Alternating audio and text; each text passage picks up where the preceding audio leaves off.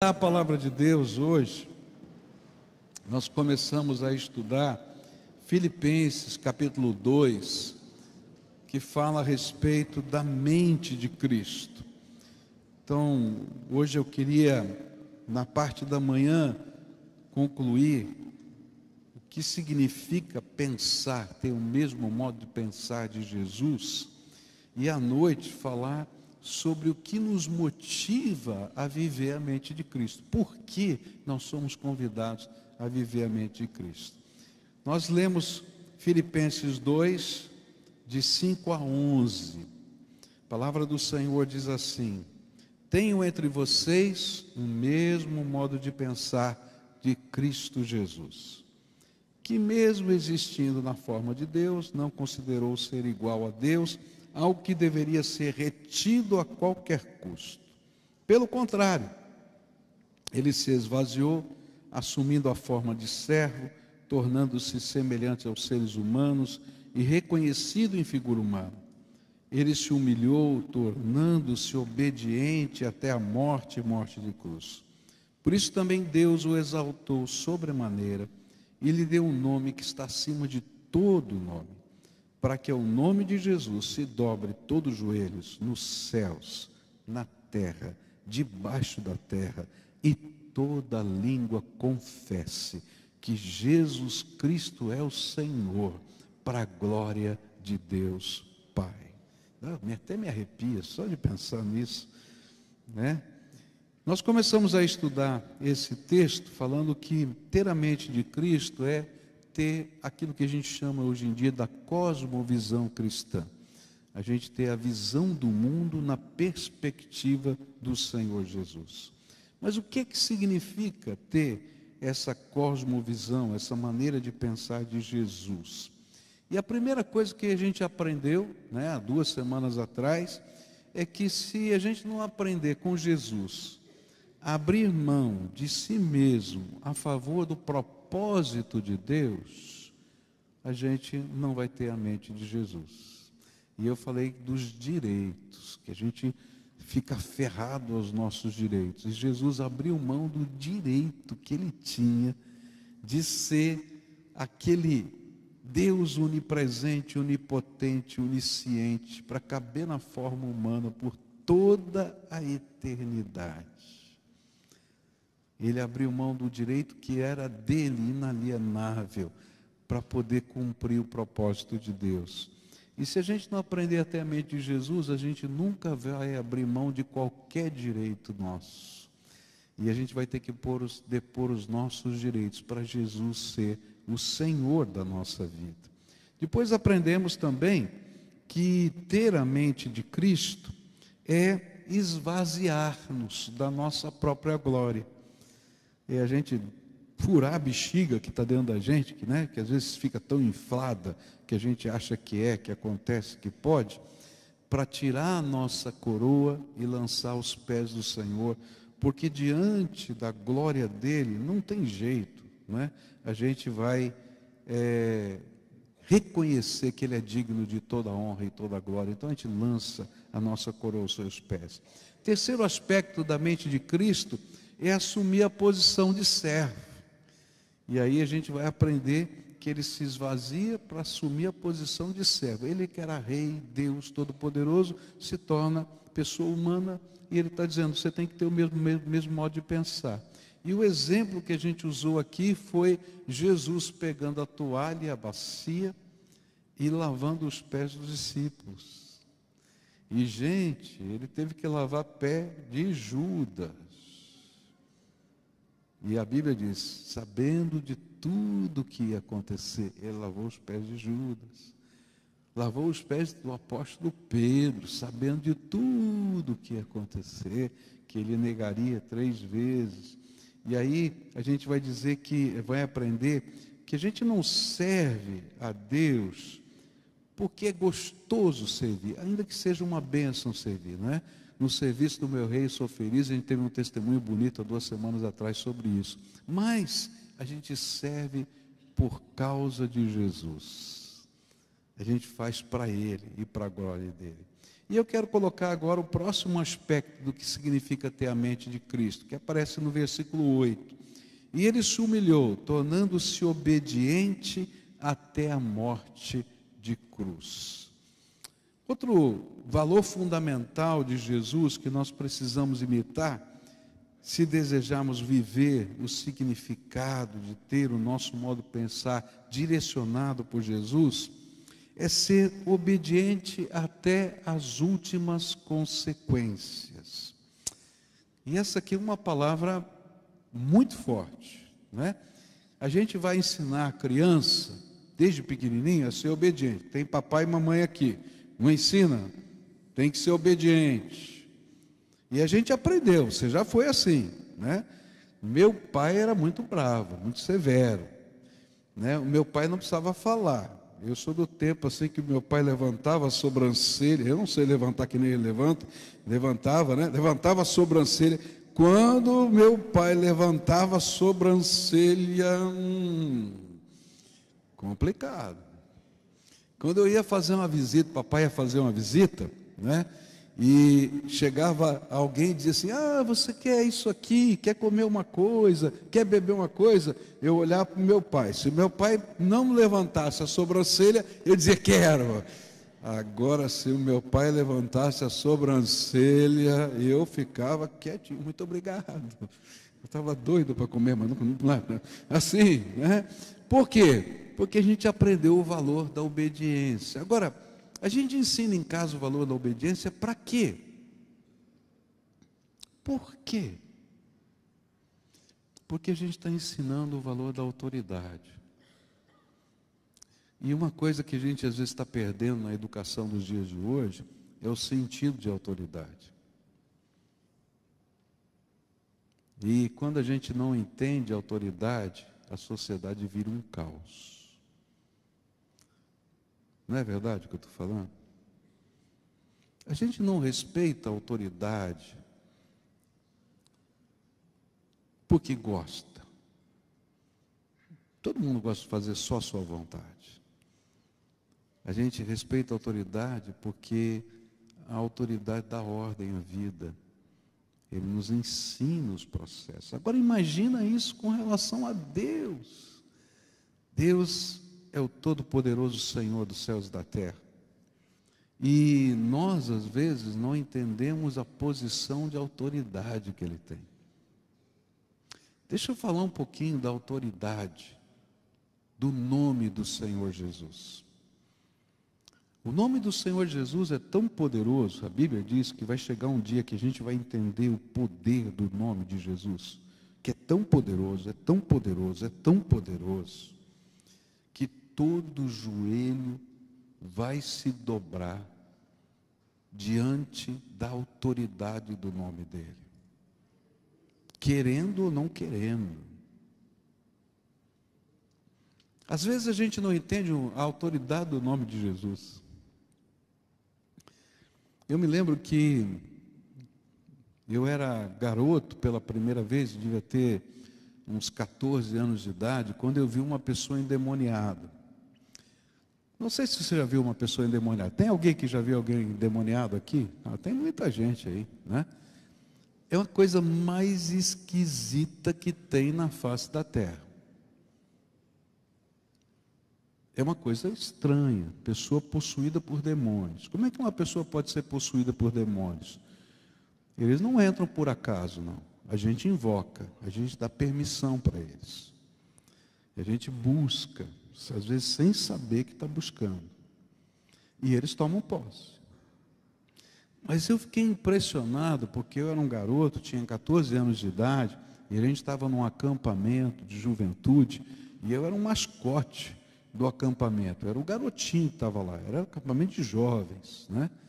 E eu carregava o balde lá para eles, tinha um balde que tocava nas ruas assim, e eu carregava o balde para aqueles jovens, eu amava estar lá no meio deles. E no meio daquele retiro, uma moça que lidava com o esoterismo, que lidava com essas coisas, com banda, com esse negócio todo aí, ficou endemoniada. E aquela pessoa, ela chegou o líder da juventude que estava ali ministrando e foi repreender os demônios. E aí aquele demônio muito ousado disse assim: você vai me repreender? Eu sei que você passa na rua tal, número tal, todo dia. E lá eu vou te pegar. E todo mundo que estava lá, e eu era um garoto, falei assim: meu Deus, e agora? Como é que vai ser?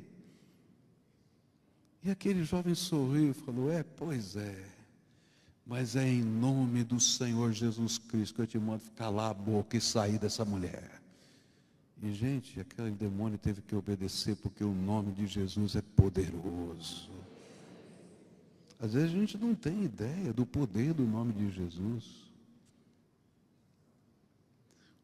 O nome de Jesus é tão poderoso, é tão poderoso, é tão poderoso, que a Bíblia diz que debaixo da autoridade desse nome estão todas as coisas.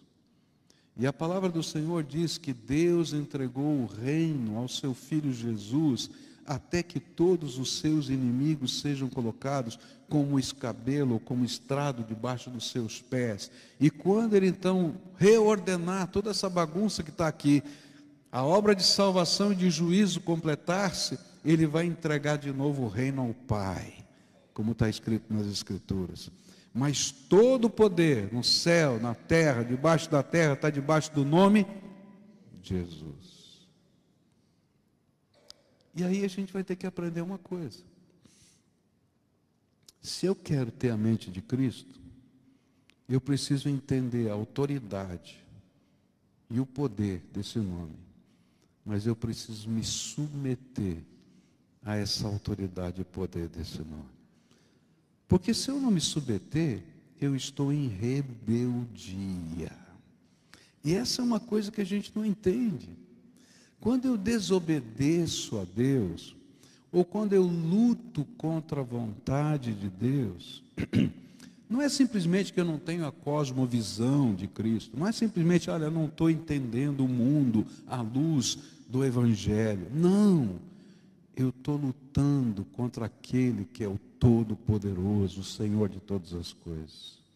E então Paulo vai explicar: eu estou chamando vocês a se comprometerem com Jesus de tal maneira,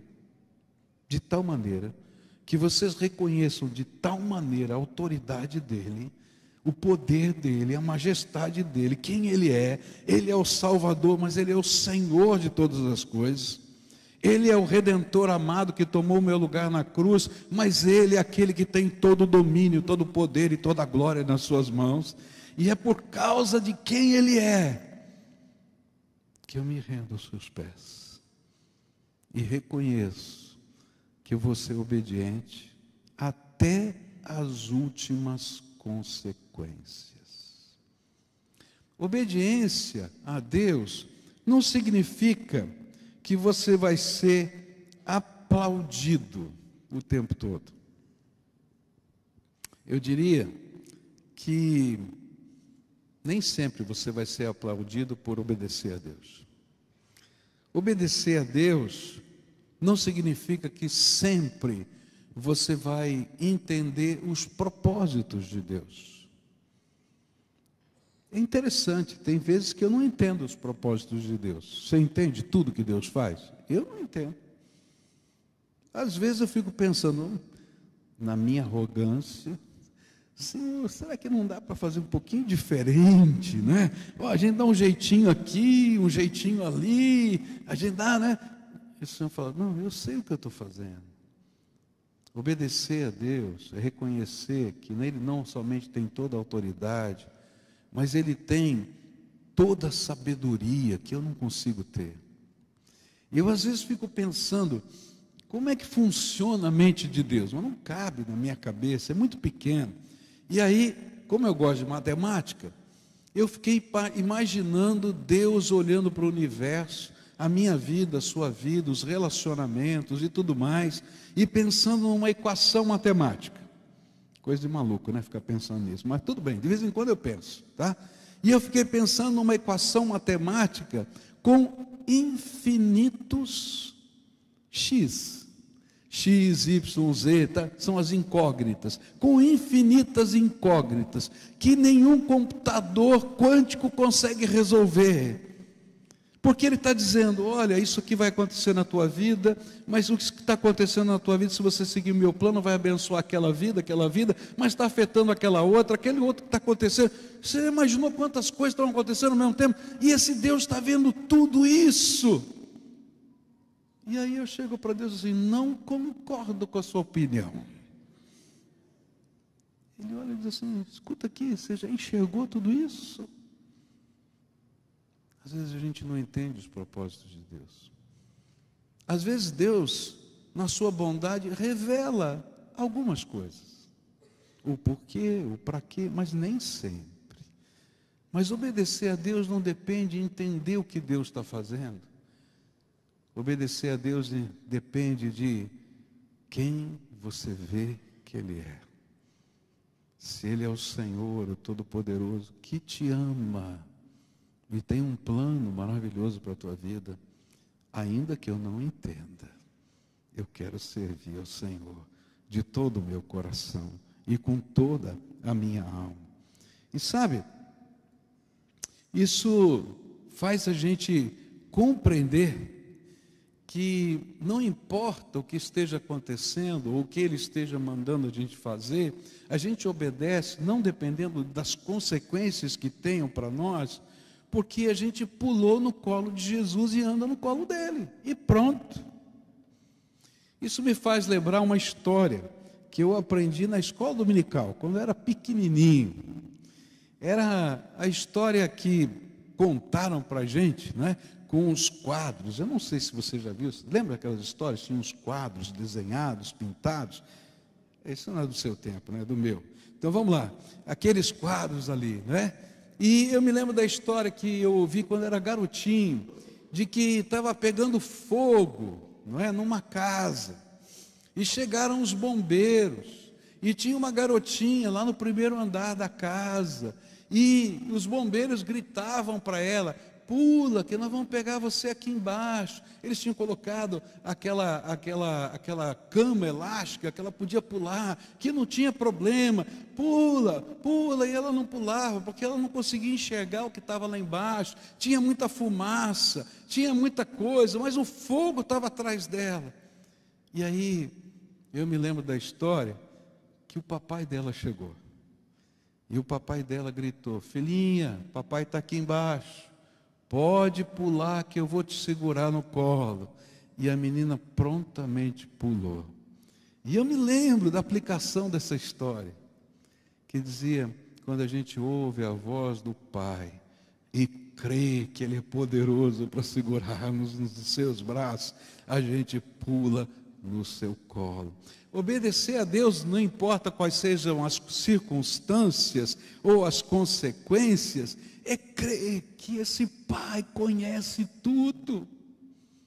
Eu não sei se aquela criança estava pensando, meu pai tem força suficiente, porque a gravidade agora vai fazer uma força de 10, né, para baixo, como é que vai ser? Tem uma altura, fazendo cálculo aqui, não é, de cinemática, para poder ver se a física vai dizer que ele vai aguentar ou não. Ela não estava nem aí, ela ouviu a voz do Pai. E obedecer a Jesus e ter a mente de Cristo é ouvir a voz do Pai, e seguir a voz do Pai, e pular no colo do Pai, crendo que Ele é poderoso, que Ele conhece, que Ele já viu. É pela fé que a gente salta nos braços do Pai. É pela fé que a gente obedece, não importa quais sejam as consequências.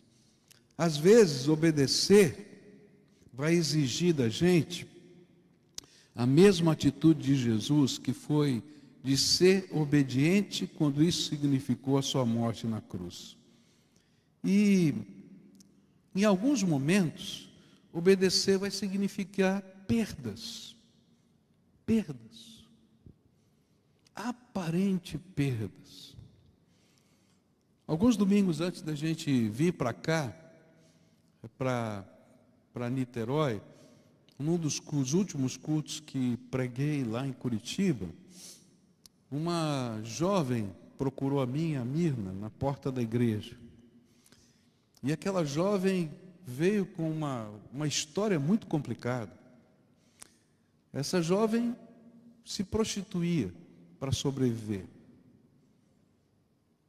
E no meio daquelas confusões da prostituição, ela tomava dinheiro de pessoas para poder manter a sua casa, a sua família. E essas pessoas forçavam a prostituição porque ela tinha que pagar os juros desses dinheiros. E aquilo era uma escravidão. E ela procurou a igreja, chorando, desesperada, dizendo: eu preciso de uma oferta, porque vão me matar. E aí começamos a apresentar o evangelho a ela. Um dos pastores da igreja continuou trabalhando com ela todo esse tempo. E essa semana eu recebi um áudio dela, que ela mandou para esse pastor que continua discipulando. Naquele dia nós colocamos algumas coisas muito difíceis. Disseram assim: olha, Deus vai te abençoar, mas não adianta eu te dar o dinheiro para você pagar esse homem agora, porque você vai continuar se prostituindo, porque ele vai te amarrar de outra maneira. Você tem que romper, mas eles vão me matar. Rompa, dá o primeiro passo de fé, e Deus vai te abençoar. E a história é longa, já faz quase um ano.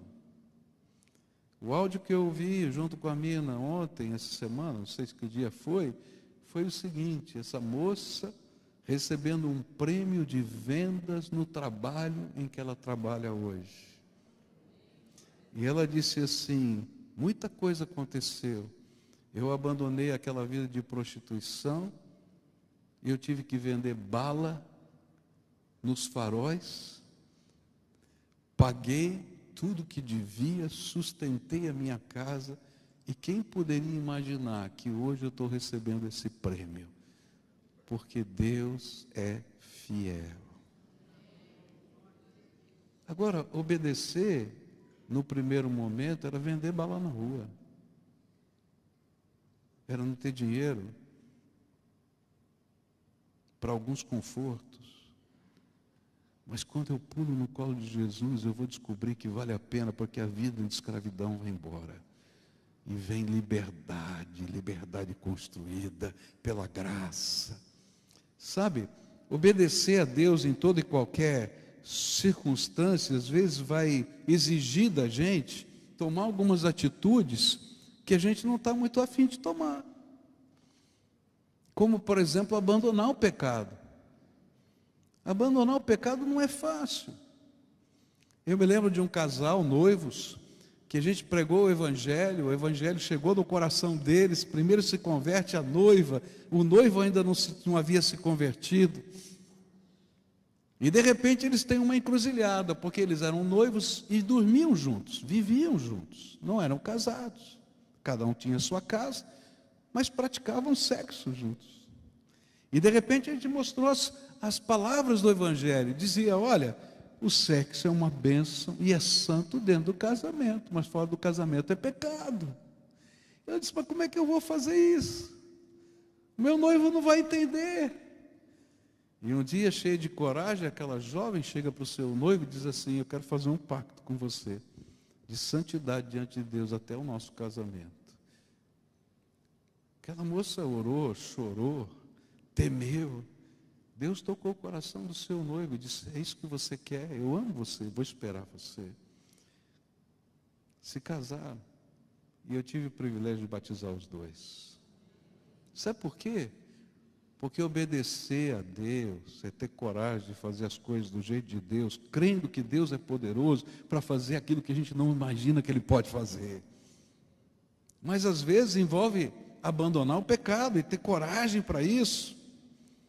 Às vezes envolve a gente ter que abrir mão de coisas que são preciosas de nós, demais para nós, ainda que elas não sejam pecado.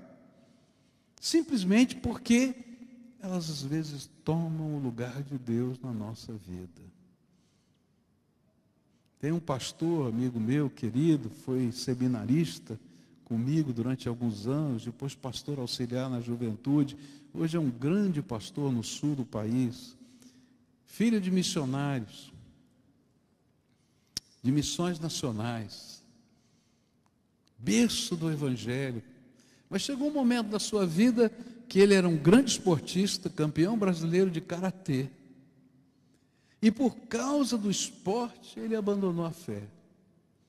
E lá no meio da sua jornada, Deus um dia o visita. E ele então entrega a sua vida para Jesus. E ali naquele contexto, Deus faz um pedido para ele. Difícil, campeão brasileiro de karatê. Ele disse: eu quero que você entregue o tatame para mim. Uau! Que luta! Ele estava no tatame quando Deus falou com ele. Ninguém falou nada, não foi um pastor que falou, ninguém pediu isso. Ele estava no tatame, o Espírito Santo falou com ele: entrega esse lugar aqui para mim. Ele saiu do tatame, foi para a beira do tatame e disse: de hoje em diante, Jesus, eu não ponho mais os pés nesse tatame, porque o Senhor é o dono da minha vida. Ter a mente de Cristo, ter coragem de colocar aos pés de Jesus as coisas valiosas para nós.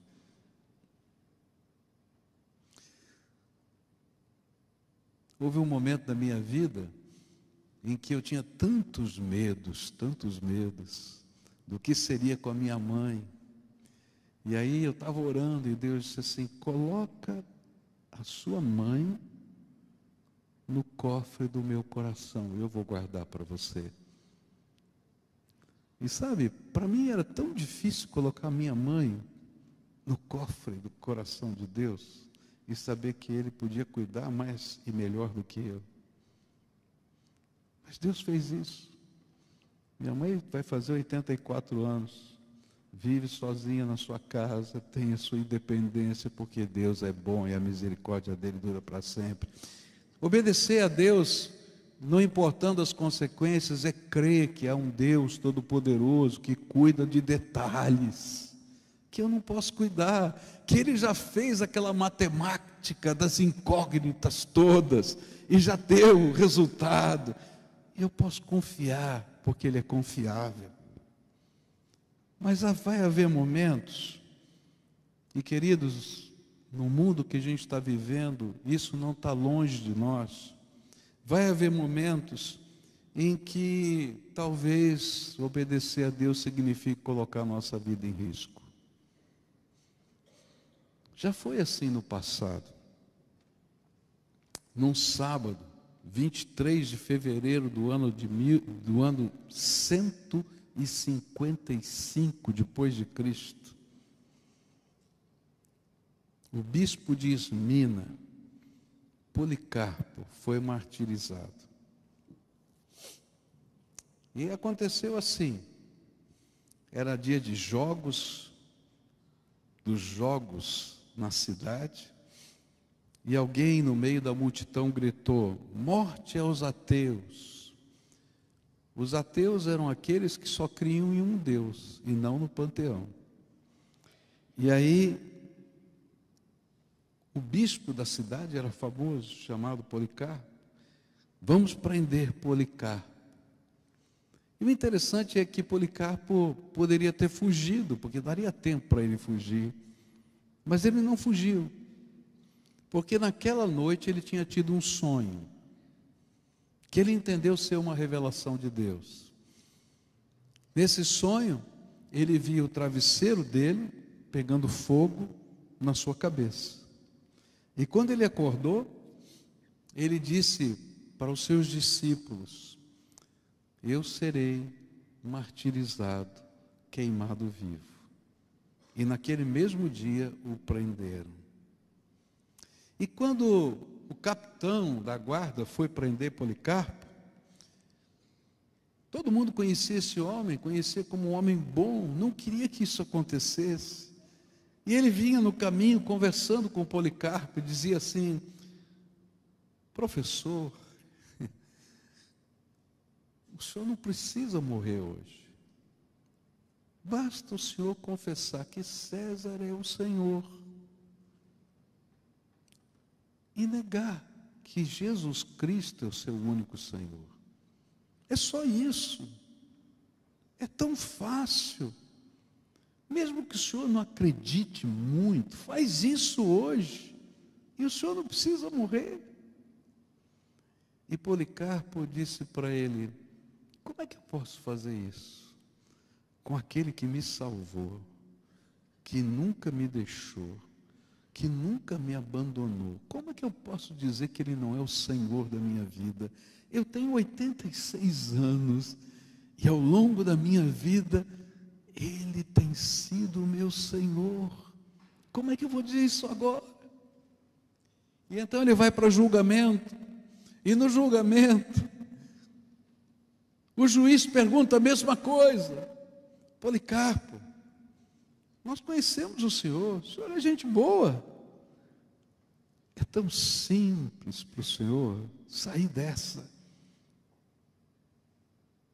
Basta o senhor dizer que César é o Senhor e dizer que Jesus não é o Senhor da sua vida. E ele respondeu a mesma coisa: como eu posso, aos 86 anos, depois de ter sido salvo pelo meu Senhor, guiado por Ele ao longo da minha vida, dizer isso?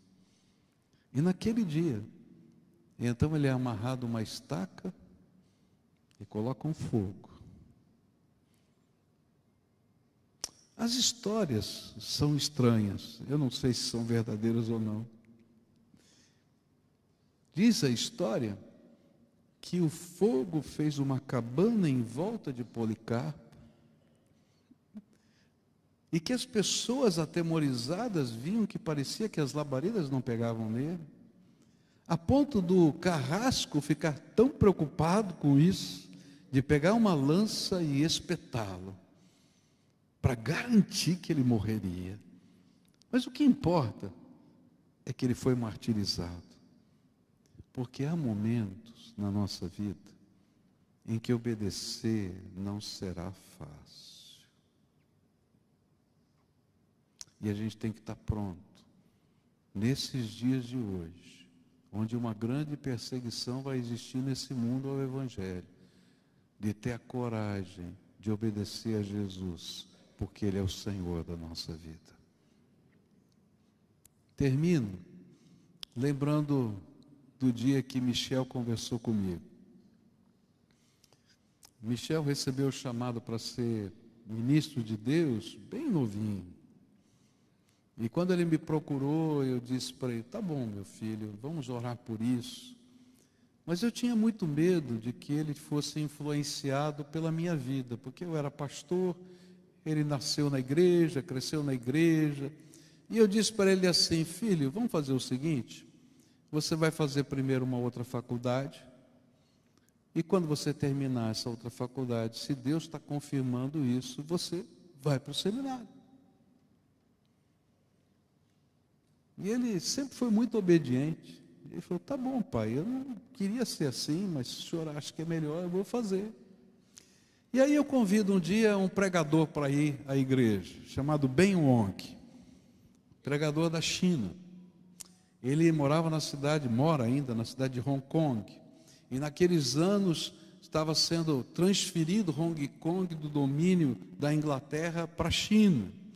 E durante todo aquele período, as igrejas chinesas estavam numa grande campanha. A campanha era: você está preparado para morrer por Jesus?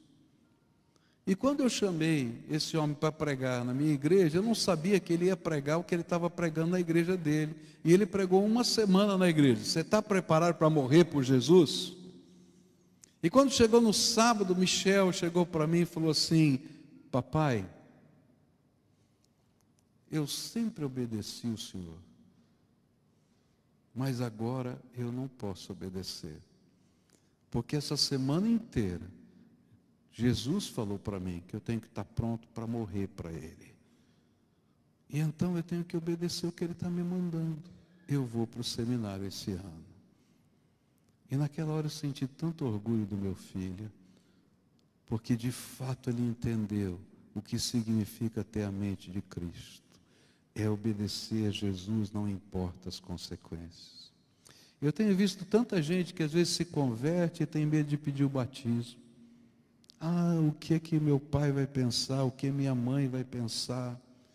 Querido, o que importa é o que Jesus pensa de você. Se Jesus está falando para você assumir um compromisso com Ele, assuma esse compromisso. Eu tenho visto tanta gente com medo de tomar uma posição no seu trabalho, de fazer as coisas segundo a vontade de Deus, porque olha, não é assim a economia, não interessa a economia, o que vale é Jesus na tua vida, faz do jeito de Jesus.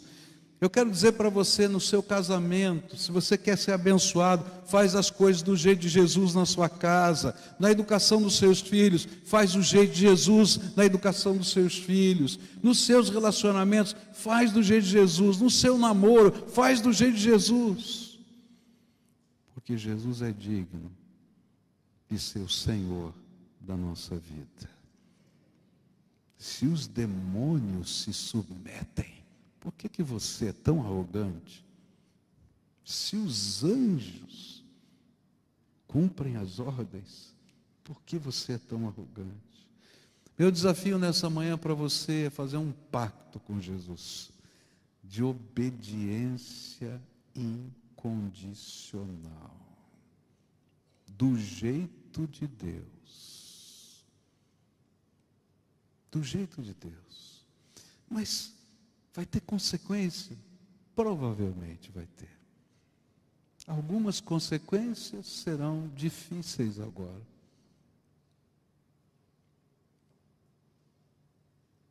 Porque nem todo mundo vai entender a sua decisão. Mas Jesus vai honrar aqueles que o honram. Jesus honra quem o honra. Pode ter certeza que as coisas de Deus funcionam assim. Há alguma área na tua vida que você está lutando com Deus? E que o Senhor está dizendo, está na hora de obediência incondicional. Está entendendo? Mas pastor, eu tenho medo. Sabe, o medo faz parte da nossa existência. Mas sabe qual é o antídoto do medo? É a fé. Quando eu sou capaz de crer que é um Deus todo-poderoso, Senhor da minha vida. E aí eu dou passos de fé. Eu me comprometo com essa fé. E sabe, as janelas do céu se abrem e Deus derrama a graça. Hoje eu queria orar por pessoas a quem o Espírito Santo está conversando bem claro. Só você e Deus sabe. Mas talvez Deus te trouxe aqui para tomar uma decisão das mais sérias da sua vida. Que você, quem sabe, está adiando há algum tempo. Mas que o Espírito Santo está falando, para com isso, filho, para de lutar. Eu acho interessante porque Jesus fala exatamente isso para Paulo.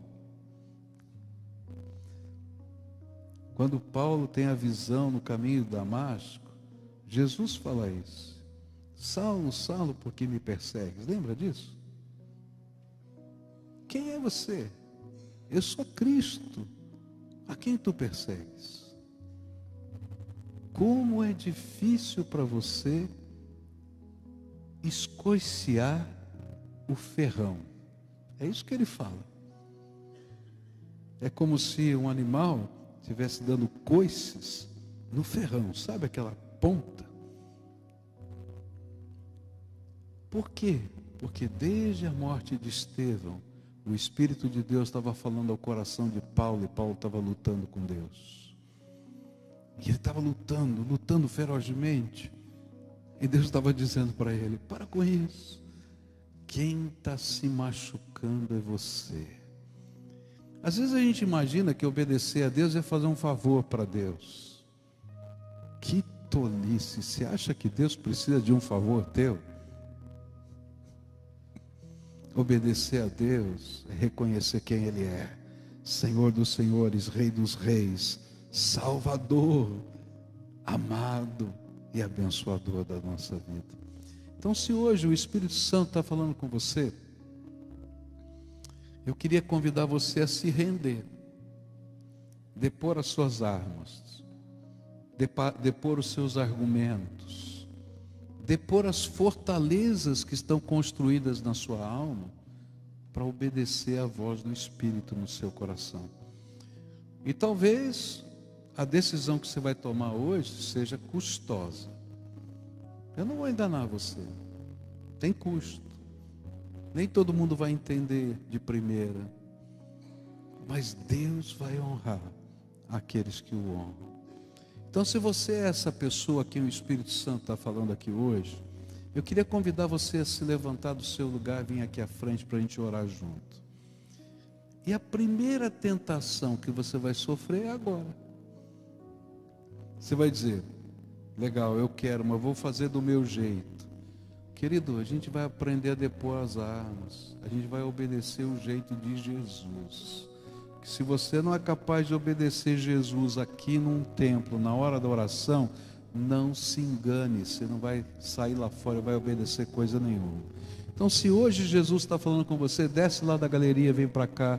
Eu quero orar por você hoje, quero dedicar a tua vida, aquilo que você está colocando com temor na presença do Senhor, eu quero pedir que Ele derrame graça sobre você.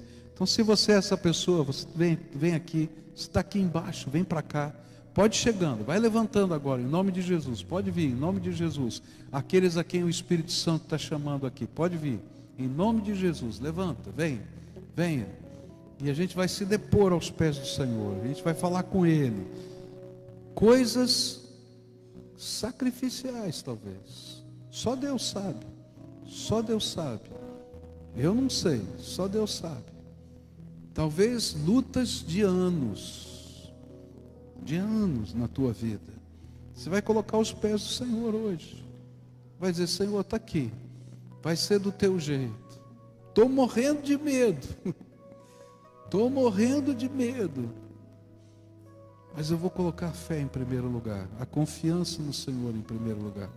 Eu vou crer que o Senhor tem algo para a minha vida. Pode vir, pode vir.